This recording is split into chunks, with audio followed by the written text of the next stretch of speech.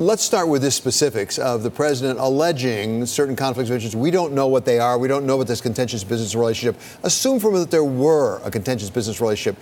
Does that disqualify Mr. Mueller? Well, if there were a contentious business relationship, if that were real, and he would have disclosed that to Rod Rosenstein and somebody else would have been chosen. But I don't think there's any evidence there was a contentious business relationship. Moreover, Giuliani was asked today, what is this contentious relationship? And he said he didn't know. So early on in the investigation, the president was tweeting that was some issue about a golf membership, which was really nothing.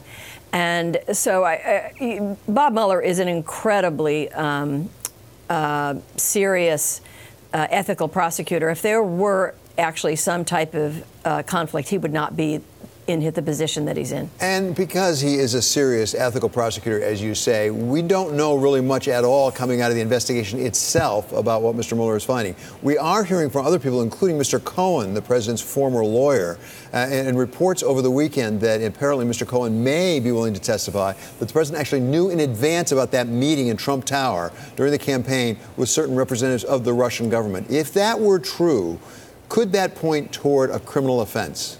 Yes, it would definitely it would go toward a criminal offense. It would go to be a conspiracy to violate the campaign finance laws. It may go to a conspiracy to the hacking. It could go to a number of things if that were actually true, and we'll have to see. And then there's been breaking news a lot today that Giuliani says there was a meeting before the Trump Tower meeting. And what's important about that is, A, it's new information about a second meeting, and B, present in that meeting was Rick Gates. Now, you may know, I'm sure you know, that Rick Gates is cooperating with Mueller. So if there was another meeting to set up the Russian meeting and a cooperating witness is involved, Mueller knows a lot more about what's been happening than we know out here on the outside. Rick Gates, of course, a business partner of Paul Manafort, who will be in federal court this week. He's facing 18 counts as well, whether or not these two things are connected or not. How would a conviction impact the Mueller probe?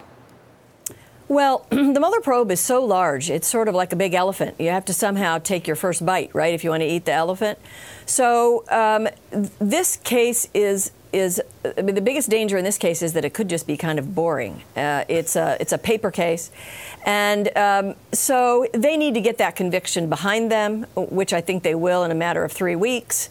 It will go quickly. The beginning might have some blockbusters, and then it'll get boring as we do one piece of tax evidence after the other. But it's important because it sets the tone and the seriousness, number one. Number two, it continues to squeeze Manafort to testifying against Trump or telling what he says happened in that meeting in June. So it's fairly important. So this seems to get another phase to it every time we turn around. This has become a pretty broad-ranging investigation involving a lot of different people and apparently very different accusations. Give us an insight, and this is speculative, but give us an insight into the Trump strategy. Why does it make sense for Rudy Giuliani to be out there talking as much as he is? I don't quite understand it. I don't quite understand it either. I think generally what he does, he's a loose cannon. I think he's done a very poor job. He's more of a publicist than a lawyer. But I would say the same thing, frankly, about Lanny Davis. I don't approve of the manner in which he's handling Cohen either. But I think they're trying to sort of get little bits and pieces out because there's more coming, and it sort of is a PR strategy as opposed to a legal strategy. For example, this business with letting Cohen talk about what the president knew or didn't know, I don't see any legal smart reason why that helps Cohen in his effort to get a plea agreement. I think it's a big mistake. So finally, we have midterm elections coming up in November.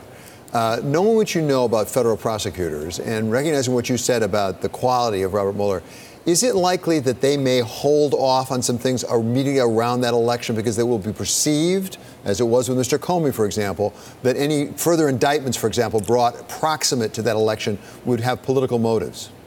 Yes, I think they will definitely do that. There's a Department of Justice ruling, regulation that you're not supposed to do it near an election. That was just drummed into us when I was at the Justice Department. I absolutely agree. They will not be big bombshells right before the election.